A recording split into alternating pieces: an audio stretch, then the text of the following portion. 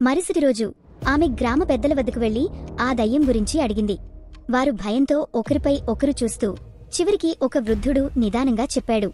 ఆ మర్రి చెట్టు క్రింద 20 ఏళ్ల క్రితం ఒక పేద ఆడపిల్లను బలిచేశారు. ఆమె ఆహారం కోసం గ్రామాన్ని తిరిగినప్పటికీ ఎవరూ ఆమెను పట్టించుకోలేదు. ఆకలితో చనిపోయింది.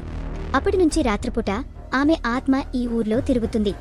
ఆకలి వల్ల చనిపోయింది కాబట్టి రాత్రి ఇంట్లో ఏమున్నా తినేస్తుంది. అంజలి దీనిని విన్న తర్వాత ఆత్మకు భోజనం చేసి దీపారాధన చేసి శాంతి కలిగించాలని నిర్ణయించింది. ఆ రాత్రి మర్రి చెట్టు దగ్గర ఆమె ప్రసాదాన్ని పెట్టి దీపం వెలిగించింది.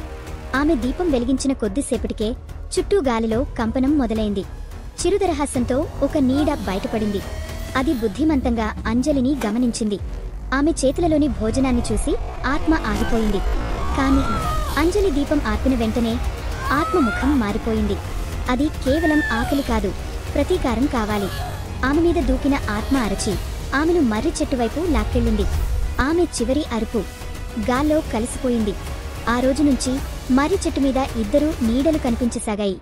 ఒకటి పాతదైతే మరొకటి కొత్తది. ఇప్పుడు ఆ ఊరిలో రాత్రి 7:30 దాటాక ఎవరూ బయటికి రారు. ఇలాంటి హారర్ కథలు మీ గుండెను బాగబట్టి ఉంచుతున్నాయా? అయితే వెంటనే సబ్స్క్రైబ్ చేయండి.